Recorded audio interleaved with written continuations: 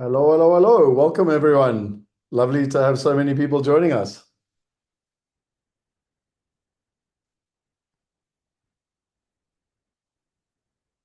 So, just a quick one. We are running our FAQ. We do it every Friday. I don't know what time zone you're in, but for me, it's midday every single Friday. And our intention is, and by the way, this was my partner Shane's idea, is that every single Friday we will turn up to be able to answer people's questions, whether it's about deals, whether it's about investing. I had a question this morning about whether if Donald Trump gets into power, the American property market's going to fall apart. Whatever the question is, we'll give it our best shot to answer it. But what it does do is that I often say to people, we're a digital platform, but with a human heart. And what it means is that every Friday you can come and talk with myself and some of my team members and partners, and we can try and help you with the questions. What it also does for us, just so that you know the quid pro quo on the other side, is that it also helps us know what the questions people are asking so that we can help provide solutions for that in terms of making videos and FAQs and everything else. Can you see how it's win-win in terms of the process, in terms of interaction and collaboration? Yes? No? It's always so weird with Zoom. If you're in a room, a live room, you ask people, hey, anyone, yes, no, and you get kind of, yeah, I just look at myself in the camera and like wait for people to respond. So anyway, so yeah, use the chat box if you don't mind. It's always great. Okay, so just before we get started, a couple of things.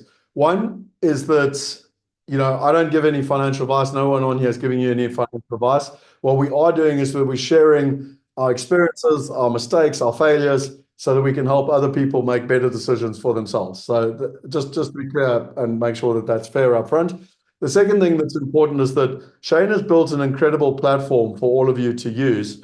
And when I do the FAQ, there's no PowerPoint, there's no slide deck, et cetera, et cetera. So I always just bounce around. But if you go to the Wealth University, then basically you'll see here that Shane's got the university. We've got 633 members, and here's the Q&A. And the best part would be if people actually come in beforehand and let me know what questions they want to answer, because it's always important every week to be able to answer any questions that people have. But more importantly, like if people can ask me questions beforehand, then I can prepare. So I'm pretty good at dancing on my feet. So if you ask me anything today, just literally type it in the chat box, whatever you want to know. I'll do my best to answer it. But if you could kind of pre-purpose questions, then it's even better. And if you pre-purpose it, then I will guarantee to answer it. Whereas if it's just put in the chat box, I can't always necessarily get it right in terms of that process. So is that fair? Does that make sense to everyone quickly, just in terms of the functionality? Just for the record, while I'm here, because I think this is important, is that if you go to the university, you've got the classroom. So a whole bunch of people asked us about Clem Sunter, and you've got our e-wealth pack. By the way, this is worth $5,000. So if you think it's worth logging into a platform for free, our Wealth University, this e-wealth pack is worth $5,000, and we give it to you as a gift for joining and being part of the Wealth University. We've got our investor roadmap. That's a 4-hour course, and we literally teach you everything. There's 9 steps to go from a beginner to earning globally diversified passive income. It takes about 4 hours to do it properly. But anyway, that's there. This course, Creating Lasting Change, I was personally trained by Tony Robbins and Chet Holmes. And in 2010, I got the business rights to launch business breakthroughs here in Africa. And because of that, I got trained by them both personally, which is quite a unique thing, to be honest.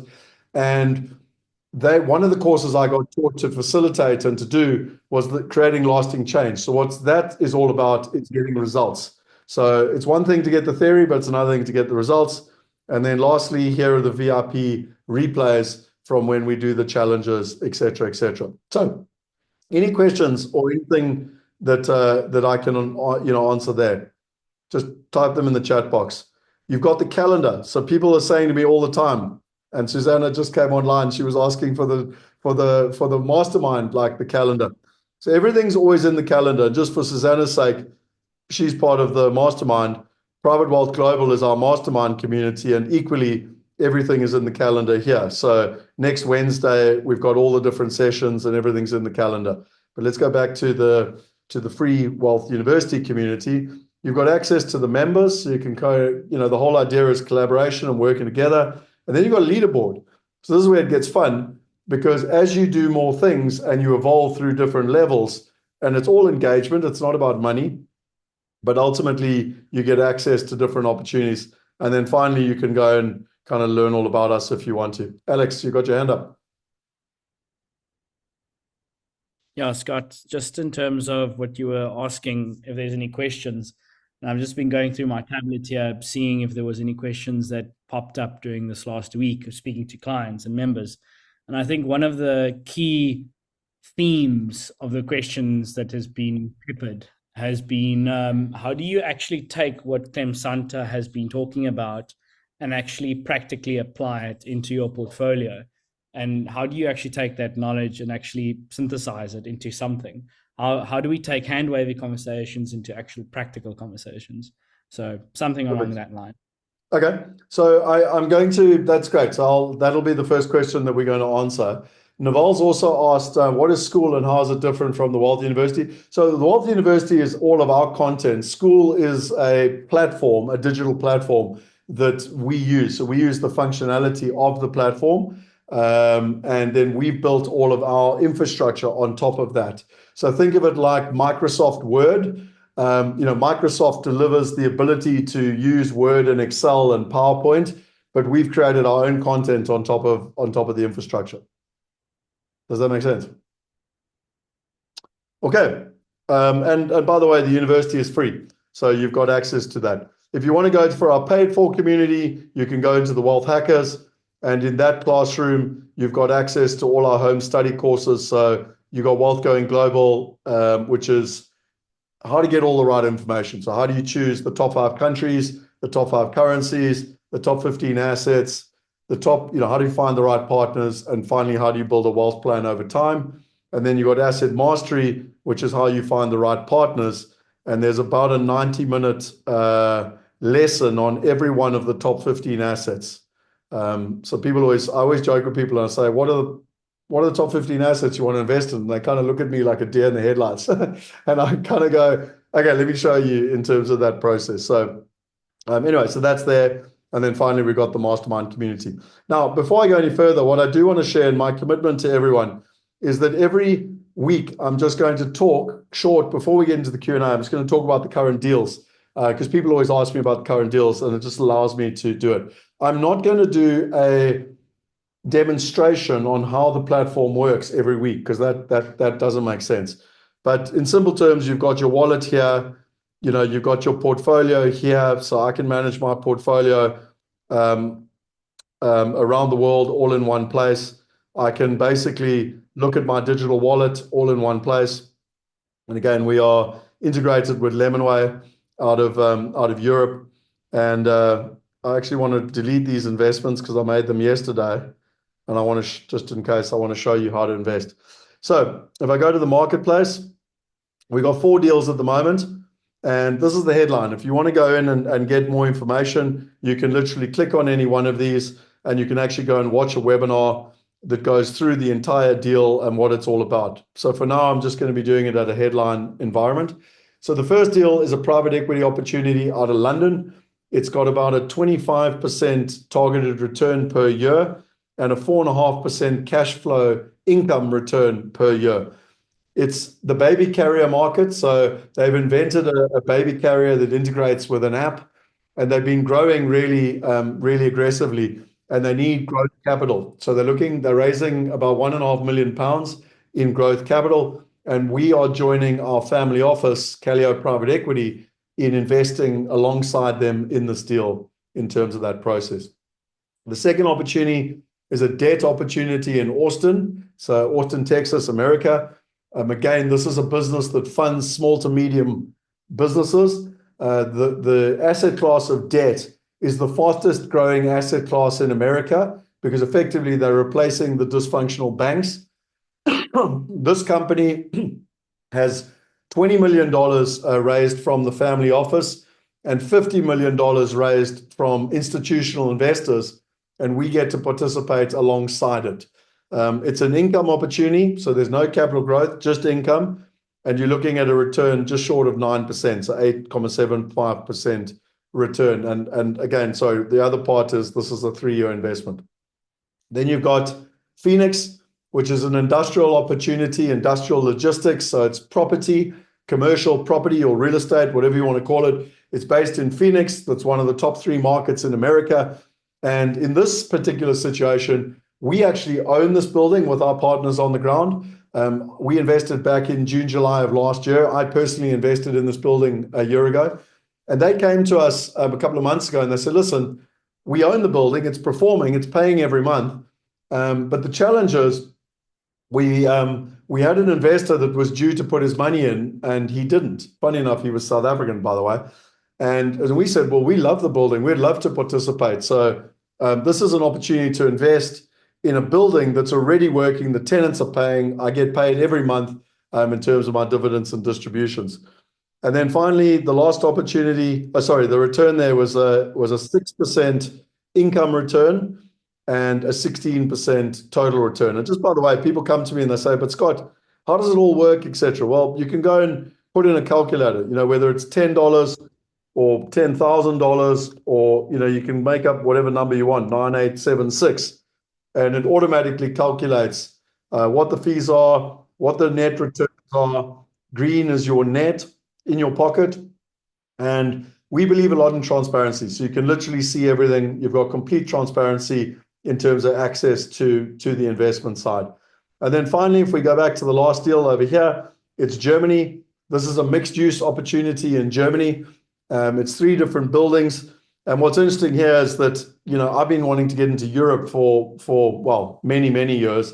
And it's right in the heart of Germany. It's just short of 7%, so 6.99% in euros, a 16% total return. And the partner here is a group called Encore.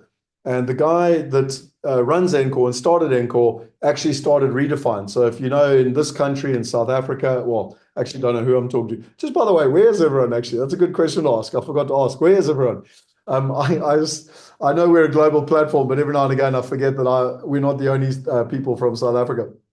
And anyway, long story short, he actually started Redefine, the European division 14 years ago, and then 6 years ago went on his own. So, literally the most successful, if not the second most successful property fund, and all they did was properties in Germany and Eastern Europe. And now he's specifically focused on properties in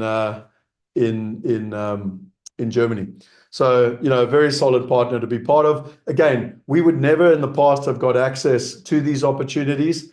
And I think, from my perspective, this is the value of connecting with family offices and institutional investors, because we never used to get access. And you and me and everyone else never got access to these opportunities. To put in perspective, to invest with Encore before technology came along, you needed 250,000 euros. You heard me correctly. 250,000 euros. So it was only available to the top 1%. And with technology, it now allows us to participate. So awesome. We've got Cape Town, England, Johannesburg, England, and the Bahamas. Oh wow, Candy. I think we're probably the most jealous of the Bahamas for now, other than South Africa. Okay, so those are the 4 deals. Just to show you, if you want to, I'm just going to use one example to show you what it's like to invest. So once you've set up your wallet and you've got set up, and you basically decide, right, I like Phoenix, I want to invest in America. You basically go along, you can invest from $10, you go continue, you digitally sign the agreement, you go, I agree, and you go make investment. And what you've just witnessed is me investing in America. Now, if I go view my portfolio, you can see that my investment is sitting there in pending. It still has to close. But what's important is that 10 years ago, if you wanted to invest in Phoenix, this is how it used to work. You used to come on a webinar like this or to a live event. You would then come on a buyer's trip with me. So you would spend $2,000 to come on a trip with me and probably another $3,000 to $5,000 just for your flights, your accommodation and everything. We would then fly over there for 2 weeks. We would drive around, we'd go look at a lot of cities, we'd go look at a lot of properties, we'd meet a bunch of partners on the ground. You would then find property that you would like. Then you would set up an offshore structure. Then we'd help you set up an offshore bank account. Then you would buy the property. It would take a couple of months to transfer. You would then own the property. Then you would have to get a tenant, and you would have to wait for the tenant to pay you an income. And then every year you would have to manage that asset, and not only manage the property, but you'd also have to manage the offshore structure, which everything costs money and it's hassle. And then obviously after 5, 6, 10 years, you'd like probably want to sell it. You've just witnessed all of that in 30 seconds. It's the penny dropping. So some of you had a real success. And I spoke to Saj on Tuesday night, and he said the problem was, Scott, that people didn't actually understand what it meant in the old days, and why I get so excited, because I've helped thousands of people do it the old way, and why I get so excited by the technology. Okay, so time for Q&A in terms of any questions anyone has. So if you've got any questions, and Archie, you said you've got questions. So you said I've tried sending funds to Wealth Migrate using Wise, but it doesn't allow it. I thought Wise was approved by Lemonway. Me too. So Alex, could you maybe answer that? Because I know we've had challenges with Wise in the past, but where have we got to in terms of actually finalizing that? Yeah, I just sent you a private WhatsApp message because I need to understand a little bit more what that means to be able to actually speak to it. But yeah, in simple terms, Wise is a third-party digital wallet provider. So they use different banks across the world to facilitate the interactions between your wallet that you have with them and the ultimate beneficiary, i.e. Lemonway. So I think there might be some issues with that. But again, I would need a little bit more context and understanding of what was the problem and what's blocking it. But in really simple terms, we have found that Wise has worked.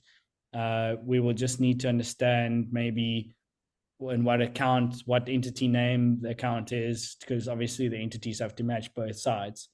But yeah, in simple terms, Scott, it is definitely possible. We just need to work around any problems that there is, because as we know, the banking industry is amazing and very effective. And, you just click a button, everything works. Especially with America and the rest of the world. So I'm obviously being sarcastic. And I think also, Archie, just a thing for you. You're part of the mastermind. So I'll just remind you, from a private banking experience, reach out to Alex anytime, and we'll try and help and facilitate. Okay, so what I want to do now is I want to answer Alex's question. So just in case anyone missed Alex's question, in simple terms, it was, what do I do with Clem Sunter's information? So I want to share with you some information here. So I sat, just like you did, for about 5 years watching Clem Sunter talk. And I heard all the scenarios. I mean, this slide is an old slide. This is from like 2012, 2013. And funny enough, it's the slide. And the reason I've still got an old slide is it's the slide that's in my book, so Property Going Global. And I watched him for about 5 years go through all the scenarios. And I was like, what is the point of sitting around just listening to Clem's scenarios and flags and everything in between if I don't actually create a system to be able to make decisions? So I kind of sat, and I know I'm a bit weird, I'll own that, and I created a 4-dimensional model. Now, when we do Wealth Going Global, just by the way, the course that I showed you just now, we go into this in a lot more detail. In fact, we spend the best part of an entire module just on this. Because what becomes important is I always say to people, you need the right information and you need the right partners. So in terms of the right information, with Clem Sunter's help, I created this 4-dimensional model. And in simple terms, it becomes important. So if you're looking at investing, you've got risk versus value. So this ultimately is your risk, okay? So this part here, you should all be able to see my slide, is risk. And then this here is return.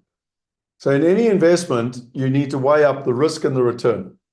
So there are fundamentals to investing. So a lot of people kind of get caught up in their emotions or what their brother or sister say, or their mom or their dad or their husband or their wife or their best friend or their estate agent or their financial planner. And I always say, I'm not really interested in your opinion. I'm interested in what the facts tell me, what the fundamentals tell me, and what the system tells me. Does that make sense? Because people come to me and I could say to you, where's a good place to invest? And everyone goes, London. I go, why? Oh, no, because my mate told me it's a good place to invest. Okay, well, it doesn't work like that. And by the way, there's no one place in the world that's always good to invest. I've been doing this for 28 years, and people are consistently telling me London's the best place to invest. And I'm like, I disagree. There's good times and there's bad times. For every asset class, for every market, markets go up and they go down. So what you need is you need a system. There's fundamentals that never change when it comes to investing. And then you need to populate the system with the right information, and then it'll help you make the right decisions. Does that make sense? So what I did was, if you look at property specifically, real estate property, whichever word you want to use, the first is economic risk. So what is the economic risk as a fundamental of the country? The second is, what is the value of the property? So there are ways to work out the value of a property. And I'm going to show you some slides now. I'm going to give you a quick a masterclass on what you need to know here. The third is population growth. And by the way, Clem spoke about this a lot.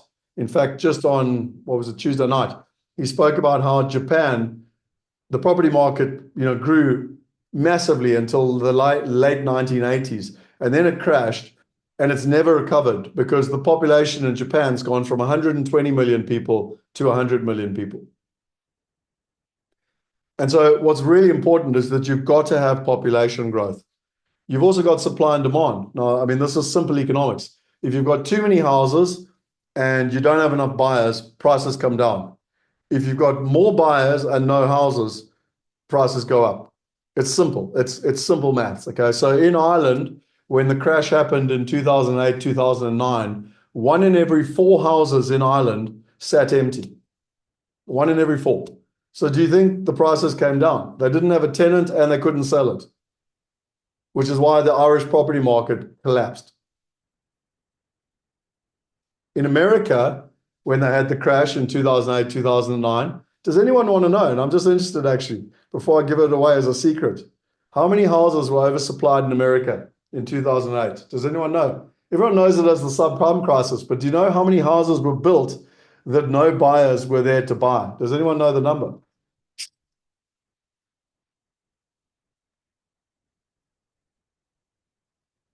Craig said 25,000. Anyone else? 20 million?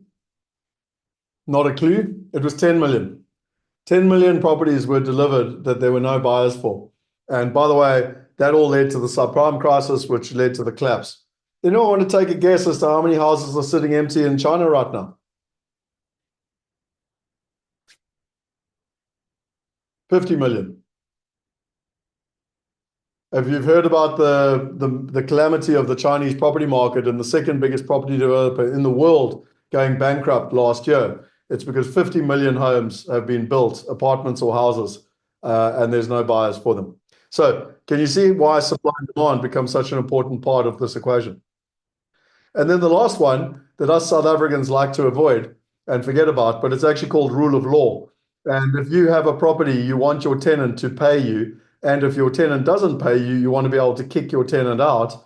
And if you can't kick your tenant out, then you want the government, the law, the police, the courts to back you to get rid of your tenant.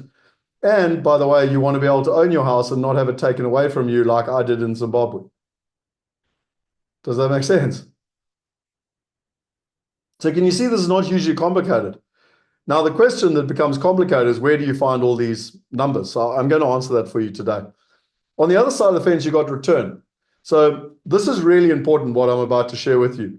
Most middle-class people and professionals, which, no disrespect, but I'm sure it's most of us on this call, like to go after capital growth.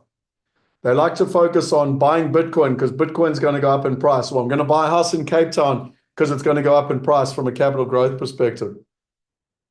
But wealthy people don't focus on capital growth. They focus on income. Income gives you freedom. And so in this weighting, and by the way, you need both to get a total return. But in this weighting, and in this model, you can change the numbers to be whatever you like. But I prefer to work on income at a 70% level and capital growth at the 30% level. And so again, it then puts in what the numbers are, and it gives you a total risk index, and it gives you a total return index. I'll come back to where you can find the numbers. So what this does then is then we created a matrix. So on the left-hand side, you'll see return. So it's low return, high return. And at the bottom, it's risk, low risk, high risk. And you put all the numbers into the four-dimensional model, and it shows you, and again, this graph is from 2013, that America was the only market to invest where you were getting high return, low risk. Now, Clem Sunter actually helped me with this model. And there's a bit of a story to it as to how the book then came out, because I basically had been watching him for the best part of 5+ years. I was presenting on stage with him at the Rota conference in Johannesburg on a Tuesday. And I literally said to him, it had been about a year since I'd built the model. And I'm not sure if you've ever done anything in your life where you build it and you're actually embarrassed about like whether it's any good. I mean, has anyone else done that where you build something and you've got no idea if it's any use, you know? So I showed it to Clem on like the Tuesday, and I was like, thanks, Susanna, for interacting. The rest of you, I'll just keep talking to myself. But anyway, but I basically built this thing on the Tuesday. I was quite shy, okay? And I went to him and I said, Clem, look, I've been following you for years, and I've listened to your scenarios and your flags and your probabilities, and I built this model, and like, what do you think of it? And anyway, so he said, send me the model. And on the Thursday, we were presenting in Johannesburg. And I remember there was a conversation happening. I wasn't part of the conversation. And he was talking to the organizer of the event. And he said, I met some young man, this was 10 years ago, by the way, but I met some young man that gave me this model, and it's really, really interesting. And I'd love to talk to him about it. And then I was like, oh, wow, then that was me. And he went on to say, like, this is really powerful and you should share this with others. And if you write a book, I'll endorse it for you. Like, I'll write the foreword and everything else. And so he actually helped me write chapters 3 and 4, which is all around scenario planning and how to use. So everything I'm teaching you now is in my book. If you want my book, literally just type in there book, and we'll figure out a way to give it to you. And the point being is that he told me to write a book, and then I was like, okay, well, when Clem Sunter says he'll help you write a book, you go write a book. Okay, so I wrote the book. It was the worst thing I ever did. I'm never ever writing another book. I'd rather run Comrades like back to back over again than write another book. And so then what happened kind of 10 years later, is the Shane came to me and he said, Scott, it's time for an upgrade of the book. And I was like, no, Shane, I'm going to kill you, dude. Like, no, there's no ways. I'm never writing a book again. So he said, okay, well, if we're not going to write a book, then we have to build a digital course. Okay, we have to take the concepts of the book. So the one problem with the book was that I thought that we wrote an evergreen book. So my logic was you can always find the right information, and I'm going to show you where to get the right information so that you've got the model, you can go get the information, you can make the decisions for yourself. But the problem is that the information does change. So as an example, in South Africa, ABSA used to be the best housing index in the country. ABSA's fallen apart, and FNB property barometer is the right place. So what's written in my book is wrong now, okay, 10 years later. And the other thing that happened, which is much more important, is that I started investing in commercial property in 2014. So up until the book came out in 2013, I'd only ever done residential property. And so this entire book is written for residential investors. And 10 years later, I'm embarrassed by that because you shouldn't be doing residential. Anyway, that's a whole separate. You need to watch last week's FAQ if you want to understand why. And then the third part is the technology component, because the technology from when we wrote that book to where it is now. So in simple terms, Shane and I worked together on this, and I'm super grateful for the help that Shane delivered in terms of this. I just want to show you quickly what it is, because I'm going to show you where you can get the information. Shane, you're going to need to help me because I'm still using the old platform, which I'm going to show people, but are the links in the new platform as well? Under Wealthcon Global, right? Yes, yeah. Yeah, there should be. Okay, so let's go. Let's not, otherwise Shane's going to kill me if I go to the wrong platform. Okay, so let's go back to the classroom. So I'm in Wealth Hackers here, and I'm in Wealth Going Global. And so now basically I want to go to my countries. Okay, so the very question Alex is asking. Okay, so Clem Sunter's taught us the scenarios. He's spoken to us about England and Europe and the fact that Europe's an old age home and England's falling apart, but America's somewhere I should be looking at, et cetera, et cetera, et cetera. Well, you've got the presentation on the countries. You've got the global property system. So you can literally download the calculator. So we give you, by the way, I've never given the calculator out. So you can literally go and populate everything in terms of the numbers. And then we basically gone and taught you where to get the information. So you've got the graphs for population growth, global growth forecasts, house of scorecards. You've got all of Clem Sunter's information, and you've got all the country stuff. So I just want to show you this one thing. Just 2 seconds. I'm gonna have to log in here.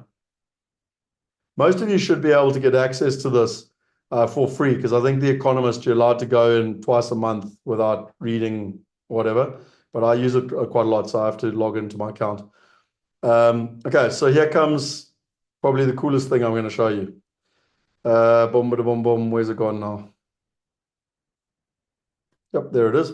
Okay, so this is the best source of data I've found in the world.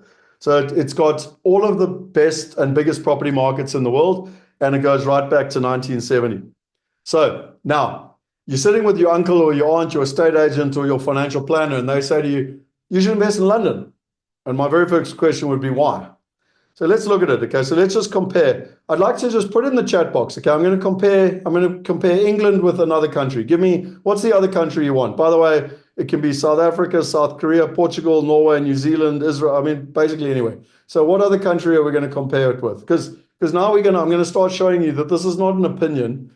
It's based on fundamentals and data. Okay, so I'm seeing a few South Africans. Okay, America, SA. Okay, we'll do both. We'll do South Africa and America. Okay, so let's now compare South Africa. So you can see that, just by the way, I don't know if you know how data works, but you can always, there's always like, you've got above the line and below the line, and you can actually move where you want to. But my logic is, and by the way, the graph starts here. Why is it not going back to 2000? Shit, now I've buggered it up. Oh, well, there were 2000. My logic is, 24 years of data is plenty in terms of trends. You can go all the way back to 1970. The problem is that some of them, like South Korea, only start in 1985. Interesting. South Africa goes, back, and then you got kind of England, but you got all the different countries. Okay. So just quickly, South Africa properties are 93% higher now than they were in 2000, and England's are 85% higher. Okay, now some people say, well, what difference does that make? Okay, well, just if you look here, you can see that South Africa's prices are actually higher than England's prices in terms of growth off 2000. Okay, then you want to look at nominal. So what does anyone know what the difference is between real growth and nominal growth?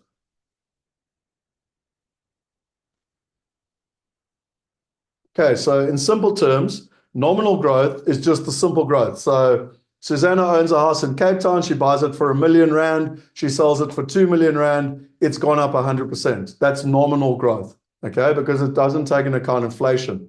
Real growth takes into account inflation. So look how spectacular South Africa's done if you just take house prices.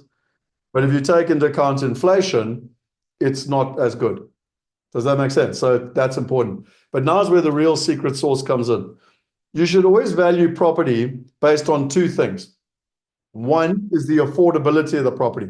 So if you're in Cape Town and people aren't earning enough money to buy houses, the property price value can't go up because they can't afford to pay more. And by the way, this is the problem in Cape Town. It's a problem in London. It's a problem in New York. It's a problem in Sydney, Singapore, Tokyo. It doesn't matter what city you want to talk about.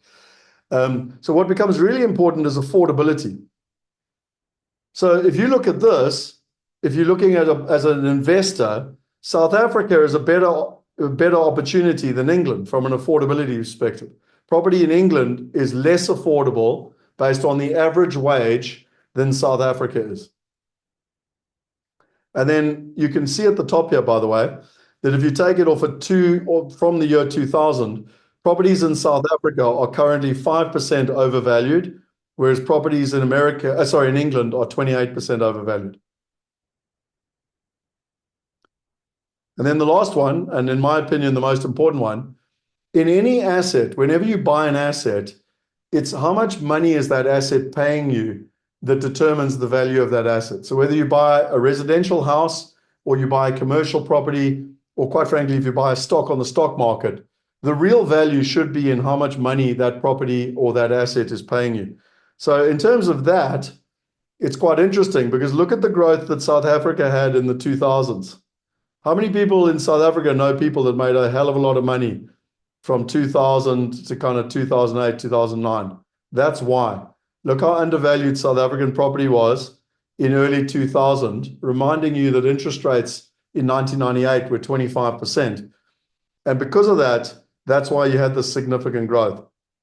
Look at South Africa now. So if you were to compare South Africa with England, England is 39% overvalued against rents, whereas South Africa is 3% overvalued. Now, we don't have the data I don't want to go into the data today, but obviously you've got to start differentiating. Cape Town, I guarantee you, would be more overvalued than Johannesburg. Like, does that make sense? You know, in terms of what you would get for rents and income and everything in between.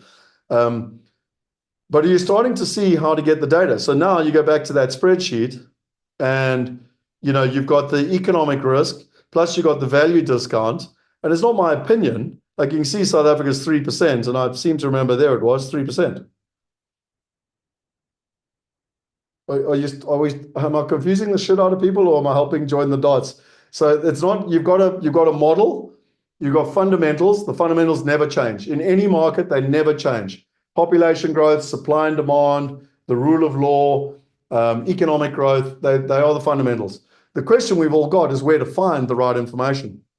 And so you can start to play this game. And what becomes interesting is that people say to me, well, okay, well, logically, South Africa, you know, should be, you know, the best property based on everything we just discussed. That's why this model becomes so important, because the rule of law in South Africa is much lower.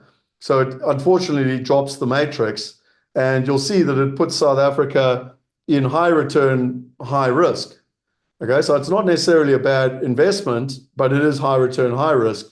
Right now, this is the current model, by the way. Well, it's 2023. It's the one I did when I did the course a year ago. All of the properties are sitting, all of the residential properties are sitting in low return, low risk, and or low return, high risk, and or high return, high risk. Nowhere was sitting in high return, low risk like America was 10 years ago. So just by the way, that's commercial real estate, residential. If you take commercial real estate, America and India are still sitting in the high return, low risk. And if you take alternative assets, then you've got United States and United Kingdom. Okay, I just want to show you a few more things, and I'm going to answer people's questions. Can you start to see now where you go, okay, well, should I invest in America or England? Okay, or I don't know, let's just use another country, Australia. Now it's no longer about your opinion. It's like, where are we at? Australia is much more overvalued than the United States. If you take income, again, America as it stands at the moment is only 6% overvalued. And look at the sharp little rise that's happened in the last couple of years. Just by the way, do you know when we started investing in America was August 2012. My first house we bought in America was August 2012. We've literally enjoyed this run, this 10-year run, because that was the value that we bought at. And again, I don't say this to be arrogant. I say this to show to you on the graphs how the fundamentals and the metrics work to help people make the right decisions. So I just want to show you some other cool stuff here. I hope people enjoy this. So now you come to me and you say, okay, cool. Let's go back to shit, I can't even remember where I was. Which school group was I in? There we are. So in this group here, Shane shared with you all of the stuff. So you've got a whole bunch of articles. And I know, Susanna, you and I had a great conversation at Real Success. Someone like Susanna looks at all this and goes, Scott, I'm going to kill myself. This is far too much information. I never, ever want to do this all myself. And that's fine. I'm just showing people the substance and the depth. there is a way for us to do this together and hold hands. Okay, like but I just wanted to show people the background behind it. Not that you have to go and do all of this, but you either have to do it or you have to get someone else to do it. But you can't just guess. So and by the way, this works everywhere. So you can go into all of the different links here. There's a whole bunch of things around commercial property, global housing watch, etc. So Shane's kindly put all the links in. Then he's got it per country. Okay, you've got the growth, you've got the population metrics, and you've got the rule of law. So again, not my opinion on the rule of law. It's not that I want to badmouth South Africa or whatever. Literally go and get the metrics off the World Justice Book in terms of where we're at. Okay, so let's go back to where was I going now? Okay, so can you see now, Alex, in terms of your question, how you can take Clem's stuff, you can take the scenario planning, you can take the economic risk, the value of property, the population growth, and everything else, and you can start to use it to make intelligent decisions as to where you want to invest in terms of this process. And that's really what Shane very kindly built for everyone in terms of wealth going global, because it literally teaches people now, like, okay, which countries would you go into? Cool. Which currencies would you go into? Then which assets? But the question you're asking with Clem Sunter is around countries and currency. Well done, Scott. I think you've articulated it quite well. You lost me there halfway through. I kind of grabbed the snooze there, but yeah, I think it was fun. I told you that I'm weird. So let's be honest. What Shane built in terms of a framework was actually, because it looks hell of a confusing, but it's actually not. You put it into one page. And if you guys join us at either the challenge where we go through each one of these modules, there's 5 modules: countries, currencies, assets, partners, and time. And you can either do it as part of the challenge, which is online. And maybe Shane, if you wouldn't mind just chucking in the link to the challenge. Or if you're in Johannesburg, Pretoria, you can come and join us at a live workshop. So it's the first time I've done it in 5 years, but we're going to be doing live events again in Johannesburg and Pretoria. And that's the 8th and 9th of November. And again, Shane, if you wouldn't mind just chucking the link in there if people are interested. And then we also have just agreed yesterday to do one in London towards the end of November. Now, what would you get if you joined? You would walk away with this sheet filled in. So, or I'm holding the sheet up, but this one here. So you get very clear on why you want to invest and globally diversify. How do you choose your top 5 current countries? How do you choose your top 5 currencies? What are your top 15 assets? You've got a plan on your partners, you've got a wealth plan, and then we've got a bonus module around technology in terms of that process. So let's go to some of the questions that have been coming through in terms of where we're at. Okay, so Scott, before you do that, I just want to quickly jump in on that. Just to be very clear and really make it simple for everyone on the call, is we talk a lot about theory and we talk a lot about best practice and different methodologies of what we do, how we do it. And it's very overwhelming and it's all very, that's great, but I don't know how to actually apply it to my personal solution. Like, what does my current portfolio look like? How many years do I have left to contribute towards my portfolio? When is my portfolio going to, needing to be stored, drawing down on it, et cetera, et cetera, et cetera. What Scott has just shared with you there is a medium, a piece of paper that facilitates the actual steps that you can take to achieve the methodology and also like the theory. It's getting very, very practical. So I think it's very important for everyone on the call just to realize what that actually means. And I would really invite everyone to actually take that serious, because we can talk about theory all day long, but it's all about getting results and actually practically getting, start implementing it into your portfolio.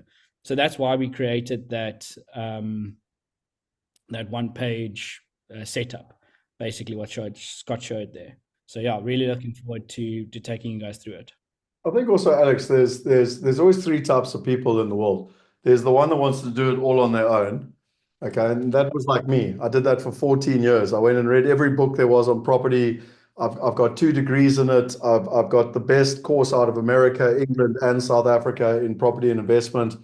And then I realized that it doesn't work. Well, for me, it doesn't work to do everything on your own. So then the second type of person wants to do it kind of with others, and the third type of person wants it done for them.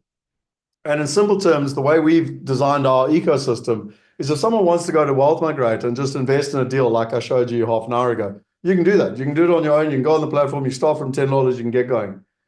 If you want to do it in a community, we've got the wealth hackers, and that's where we've got the courses, because we've realized some people want the substance. Cool, the substance is there. You don't have to know all of that stuff. It is quite useful to know why we say industrial property in America, if you want to know. Like, that's where the substance comes from. But the point being is that you're part of a community. You've got the home study courses if you want to do them. And then finally, you've got the mastermind, where we literally hold your hand. And I don't quite do it for you because I don't believe in doing it for you, but I do it kind of with you. And when I say I, Alex, and our family office and everyone, we do it with you. So it's kind of for people that literally want their hand held and kind of go through that journey. So it's just reiterating what you're saying, Alex, because I always get scared when you ask me questions like this. And I share all that stuff, and people literally, like, they just switch off, including you. And it's just trying to give people that. So anyway, let me go into these questions quickly. So Susanna said, what if properties are being bought by foreigners instead of locals? I think if I understand your question correctly, and I think we're going back to that economist, all the different properties, I don't think it would make any difference, because the way they calculate it is what is the price of the property divided by the average income and or the average rent. So whether a foreigner bought it or a local bought it is irrelevant. It's what is the price of the property divided by either the income of the country and or the rent of the country. So if I understood your question correctly, I don't think it's necessarily relevant. Deborah asked, amazing. Oh, so that was just a comment. I'm understanding. It makes sense. Okay. I missed Clem's presentation on Tuesday. Is the recording available? So Archie, for you, and I'm just going to share the screen here quickly.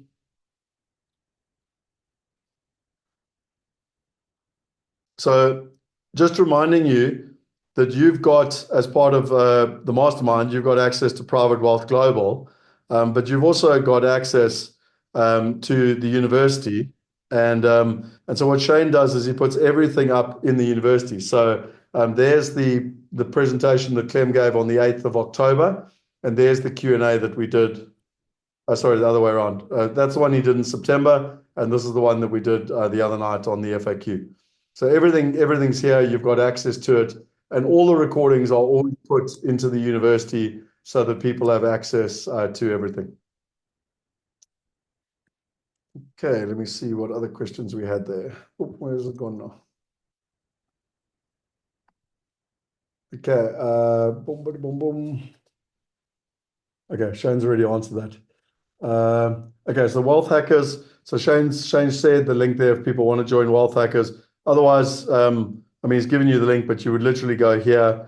And if you're interested in what I just shared with you, all that level of depth, that is all in Wealth Going Global. That's what Wealth Going Global is all about. And then you've actually got access to Asset Mastery. That's also worth $2,000. We sold this for $1,997.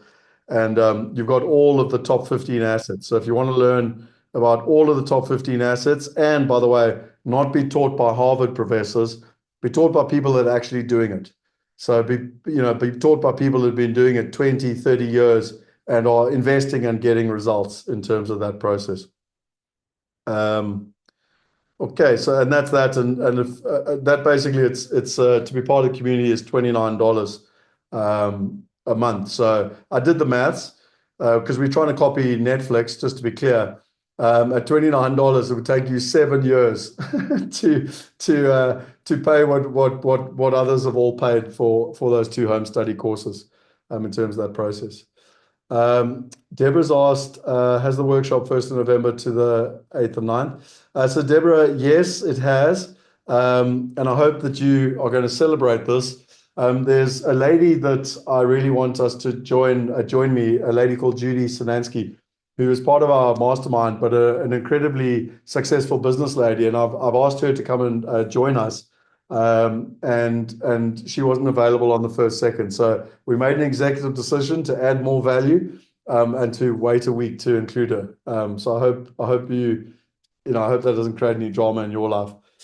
Jay, in terms of Cashbox distributions, my understanding is they're getting done today in terms of the process. So Paolo and the team have literally been processing them. I'm due to do an investor update today as well in terms of all the deals, what's happening, where we're at, the money flows, et cetera, et cetera. So I will be doing that later as well and getting that confirmation for you. What other questions can I answer? Thank you, Alex, for giving me a theme for the month, for the week, because I always turn up here, and if I don't get decent questions, then it's always good to have a theme in terms of that process.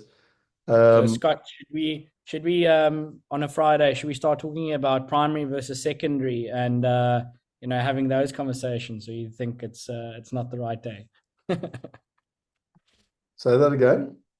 Should we start talking about primary versus secondary markets and what's the difference? Or do you think it's not the right day for a Friday? No, that's next week's topic. I've already confused everyone today.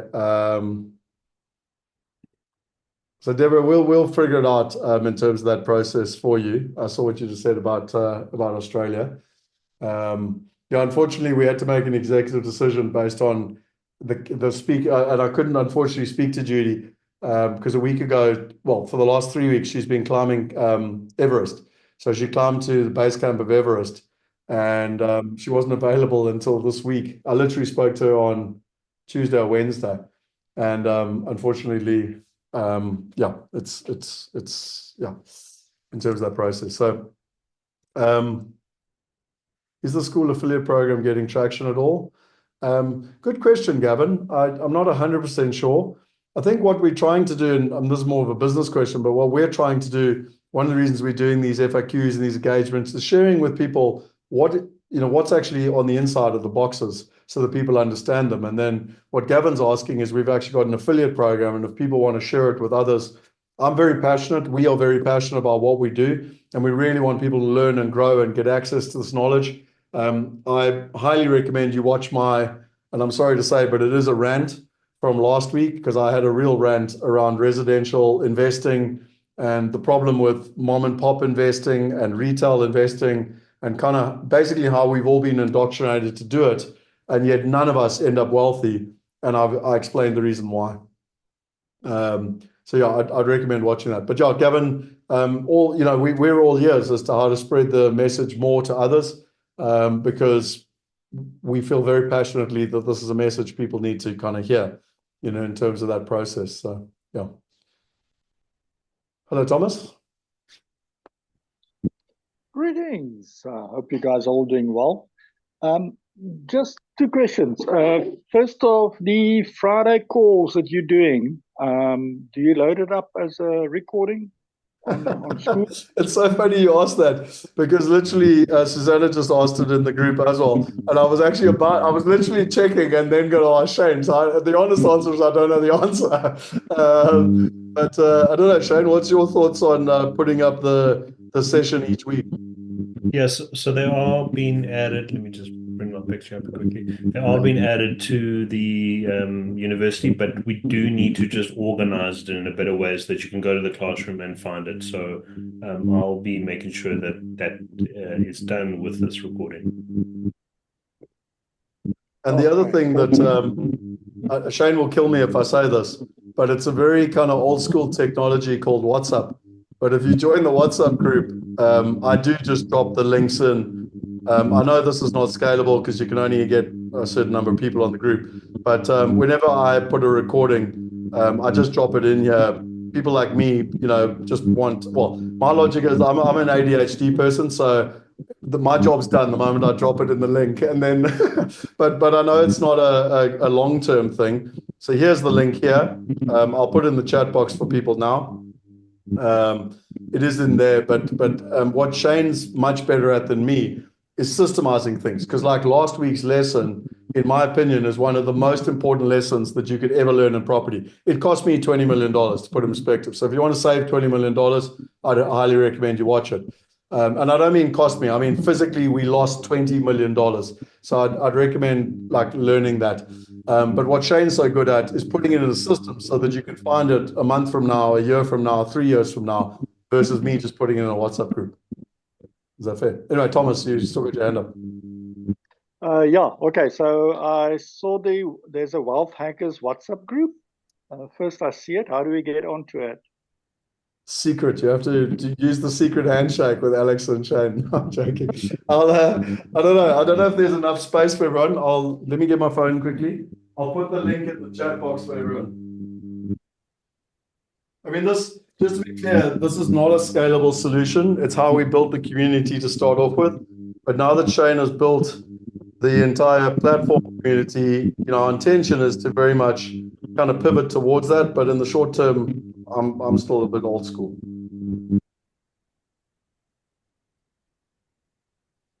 Okay, no, that's great. And then my last question is, I'm trying to kind of swing a couple of folks, in my community and network that I deal with, that looking at investment and generating income and stuff like that. And I'm trying to use the opportunities on Wealth Migrate. And I'm just trying to understand whether I'm missing it. But my understanding is the opportunities, for the capital growth and the cash on cash return pays out on a yearly basis. But I heard you mentioning there's something about a monthly payment income. Can you explain that a little bit? Yeah, it's quite simple. So if I share my screen here again, different deals are different. So if I go back to the deal, CarryFit pays annually. React, so the debt deal pays quarterly. This one pays monthly, and this one pays every 6 months. Okay, and it's not always like that. It just happens to be these deals.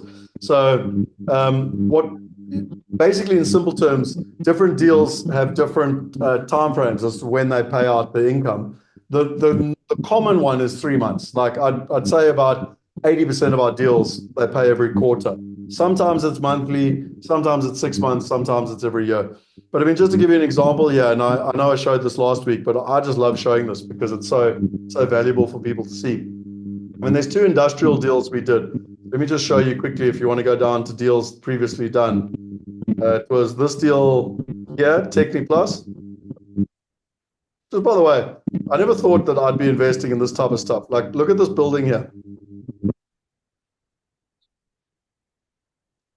I never personally thought I'd be investing in stuff like that. And then the other deal was this one down here. Gone now.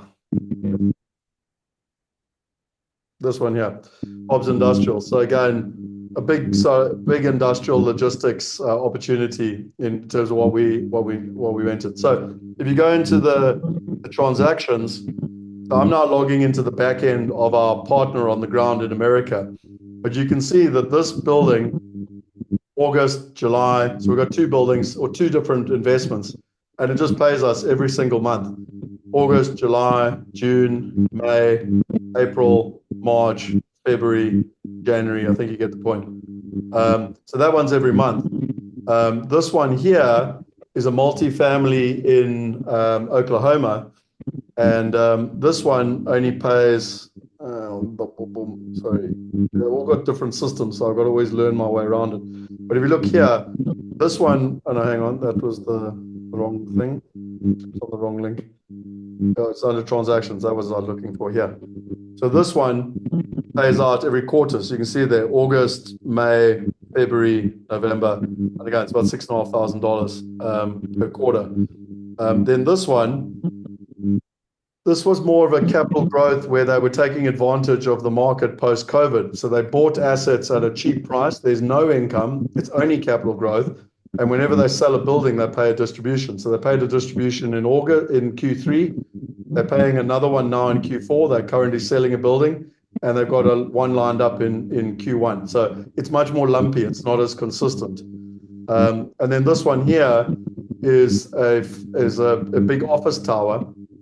And again, you can see it's quarterly, July, April, Jan, October, July, June, and again, sort of the thing. So, Thomas, I don't know if I'm answering your question, but you can see different deals and when the money's come in. But on average, I would say if you kind of focus on kind of every quarter is the average, but some deals are different. Oh, okay. Okay. No, I understand. I actually penny drops, so I can understand that. And then, so what would you recommend for anybody that actually wants to start, building up a portfolio in what should be their targeted minimum investment, if you want to call it? I know from obviously the deals, you're starting at $10 or $50 or $100 or whatever it is. But obviously, you want to make something that's sizable that, you can see that it's potentially going to have an impact on your cash flow or your returns. And there's always, a sweet spot, should I rather say. So Thomas, there's no right answer to that because everyone's different. We do have a wealth plan. So we give this calculator away when we do the challenge and or the workshop and or if people are part of Wealth Going Global, in terms of that process. But in simple terms, we believe more in actually having a plan. So, what do you want? Do you want to earn? And by the way, I love this calculator because you can play around. Like it can be in rands, it can be in dollars, it can be in pounds, it can be in any currency. And then the person that helped us create it, also a mastermind member, gave us the ability to do so. Like as a global citizen, you should be thinking in a currency like the dollar. But maybe you live in South Africa, so you want to be able to compare it. And she's got it real time. Like it literally is real time off Google in terms of the exchange rate. So to my knowledge, the exchange rate right now is 17.46. So what I quite like about this is you can think of it as a global citizen, and you can say, and I don't have time now to go into all the detail, but this calculator exists. And say, for example, you want to earn $3,000. Well, let's just keep it simple now. I want to earn $1,000 a month passive income. And that means I've got to have 12,000, a year. If I'm getting an 8% return, I need a certain amount of capital. I've got no starting capital to kind of get going. I want to invest, I don't know, let's just say $100 a month for now. And every year I want to increase it by 10%. So you ideally should want to kind of increase each year. And I want to do it, for 20 years. Okay. Well, the beauty of this calculator after tax is you're sitting in green. So you'll be free. But what about 15 years? Oh, nope, it's in red. And you can see here, consider increasing monthly investment. So let's say you can't increase the monthly investment. 16 years? Nope. 17 years? Nope. 18 years? Nope. How's that? I managed to fluke it. I didn't even know that. 19 years? Nope. I don't know why I've never done that before, but anyway. 20 years, I pass, it's in green. So I've now got my wealth plan because it's 2024. I'll be free by 2044. I'm currently 47, which means I'll be free at 67. And I don't know if I'm answering your question, Thomas. I hope I am. But there's your plan. Boom, done. Now I need to focus on $100 a month. And next year I need to increase it to $110, which in Rand terms, just for the Rand people, you can basically go along and you can say, okay, what does that mean? Okay, well, I've got to invest, if it was $100, I've got to invest 1,747 Rand a month. And then this builds it out over time. So, and I always say to people, in terms of financial plan, what I just showed you took 5 minutes. Okay, we actually teach people how to do this. Shane sent me a challenge, and he said, let's figure out how to teach people in under an hour how to do this, which we've done. But some financial planners will say, yeah, but Scott, the calculator is not exactly accurate. It's not. It's about 90 to 95% accurate. And why I say that, none of us have a crystal ball. Not one of you or me have a crystal ball. None of us saw COVID coming. None of us saw the global financial crisis coming. None of us saw the attack in 9/11. So I don't care how brilliant a calculator is. It's never going to be right. But what we didn't want to do is build a calculator that took 3 weeks to learn how to use the calculator. In our opinion, it's better to be 90%, 85, 90% accurate and have a plan and roughly stick to the plan and roughly get to the outcome than try and create perfection and no one uses it. Does that make sense? It still won't be right anyway. I guarantee you there's no calculator in the world that will future predict you in 20 years guaranteed. So again, Thomas, I hope I'm answering your question, but we've built the tools to help people get clarity so that someone can sit down like yourself, Thomas, and you say, should I do $100 a month? Should I start with $10? Should I start with $500? The one thing I didn't answer for you here is, maybe you already own some property in, Johannesburg and it's worth, 2 million rand. So you're actually starting off here with $100,000 in capital. Oh, sorry, that's $1 million. Okay, now look at this. Okay, if I do that in 10 years, suddenly I've reduced my time. 8 years, 7 years, 6 years, 5 years, 4 years. There we are. I hit my number in 5 years. You see how it's bespoke and individual to everyone. So whatever your personal situation is, it helps you build your plan as to how to get there. Okay, no, perfect. Awesome.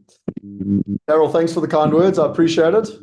And Susanna, if you missed the challenge, what time is it? So it's from 9 till 11, when we run it for 5 days. So a module every morning from 9 till 11. And if you do miss a day, everything is recorded. So there is the ability to watch the recording. But from my experience, it's always better to try to be live in terms of that process. And Daryl, my son actually and other people call me Scoot. So anyway, I find that a bit of humor. Deborah said, do you have something like a pie chart showing the ideal balance of 15 assets, including including crypto, high risk, low risk tolerance, to help investors allocate funds according to the investor profile and time invested in markets? Sure. Okay. Deborah, we need to keep that question because that's like a whole FAQ session on its own, but I'm going to answer you quickly for you. So where should I go? Where should I start here? So the first thing I want to show you is that when people are part of the mastermind, step 4 that they get when they sit with so there's a couple of things that are important here. I'm not showing my screen. So when you're part of the mastermind, we go on a 9-step journey. And we basically have followed what the wealthiest people in the world do, and we are copying what they do. So step 2 is your investor profile. So what we basically do is we sit down and we come up with, what is your personalized profile? Okay, so there's a thing called the Enneagram. It's been around for 5,000 years, and we've mapped it together with our family office to create the Enneagram of wealth. It doesn't exist anywhere else in the world. And what that does is it puts you into... There's 27 different types, and it helps you understand who you are as a person and why you make decisions. And based on who you are as a person and why you make decisions, there are better assets that are appropriate to you. So as an example, I don't have time today to go into all the detail, but I'm an assertive investor, and you can see here, I know it's not very big. Let me just zoom in. I'm an assertive investor, and there's certain investments that are better for my profile. And finally, you get a report. And it's basically a personalized report on, as I said, there's 27 different types of people and what they should be investing in. Then when you go to another level, which is your portfolio construction, they take into account your profile, they take into account your individual circumstances, and they help you build a plan. We call it portfolio construction. And it's an entire model from where you are to where you want to be in terms of getting results. So there's 2 ways I want to answer your questions. That's the first one of the 2 ways. The second way is, and I'm just trying to think which day it is of the challenge. I think it's day 2. No, it's day 3 actually.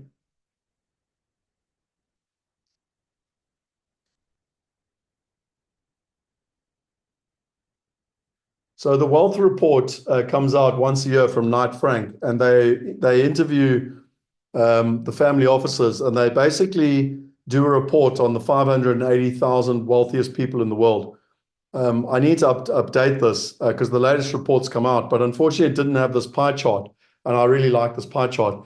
And to some extent, this is what, Deborah, I think you're asking. So if you take the wealthiest 500,000 plus people in the world, this is their breakdown of their portfolio. 32% on primary and secondary homes, 26% in equities. By the way, most people through their financial advisors have about 70% in the stock market. They only have 26%. They have 21% in commercial property, 17% in bonds, private equity, 9%, commercial property through funds, 8%. So, I mean, you could actually add those 2 together. it's actually sitting at 29%. You got other at 7%. You got commercial property through REITs at 5%. So we were at 29, we're now at 34%. So 34% plus their primary, they're sitting at 60% in property. 5% in passion, 3% in gold, and 2% in crypto. So Debbie, I don't know if that answers your question, but that's the latest pie chart that I've been able to find. The latest reports come out, but it didn't have a cool pie chart like that. And it shows you what the wealthiest people in the world are doing. I'll share that slide on the Wealth Hacker school group. So if you come in, oh, sorry, not the Wealth Hacker one, the Wealth University school group, so everyone can get access to it. Okay. Ladies and gentlemen, I will stay here as long as you want, but the idea is to keep it to an hour. As you can see, I'm quite passionate about this, and so is Shane, so is Alex. So we could talk all day. But I really want to kind of ask you for, I need a favor in return. We're copying some of the best out there in the world, Alex Hormozi, Frank Kern, etc. And what people are doing is they're coming live to be part of the conversation. And so my request to you is two things. One is if you've got questions, use the Wealth University group, put them in, because some of the questions today have been brilliant. And I could have spent an hour on like that asset one that Debbie just asked me, Deborah, sorry. I could have spent an hour just going through that. In fact, it's a big substance of day 3 of the challenge when you're trying to sort out what assets and asset allocation. Alex's question with Clem Sunter was a great one. You can see there's a lot of depth to some of these questions. So my request is, please ask us the questions, because the more you ask me the question, the more I can prepare. And the second thing is, please share it with other people. If you think you're getting value out of this, let others know about it, because it does irritate me to some extent that, we've got 30 odd people on here and we should have 30,000 because we're sharing stuff for free. And in my opinion, everyone should be learning this stuff. So that's my little rant to finish off on Friday afternoon. Anyway, thank you very much, Shane and Alex, as always. Thanks for setting it up. I think I've answered everyone's questions. Just want to check here. Amy said a lot of clarity, starting to make sense. Yeah, Amy, I'm sorry if I overwhelm you. I always get accused of being someone trying to drink from a fire hose, where it's just so much information you don't know where to kind of start. So cool. Thank you, Susanna. Thank you, Deborah. Thank you, Archie. Cool, everyone. Okay, have a lovely weekend. We'll see you in the community. I'll share the recordings there. I'll share that asset allocation thing into the recordings, and we'll see you next week. Cheers, everyone.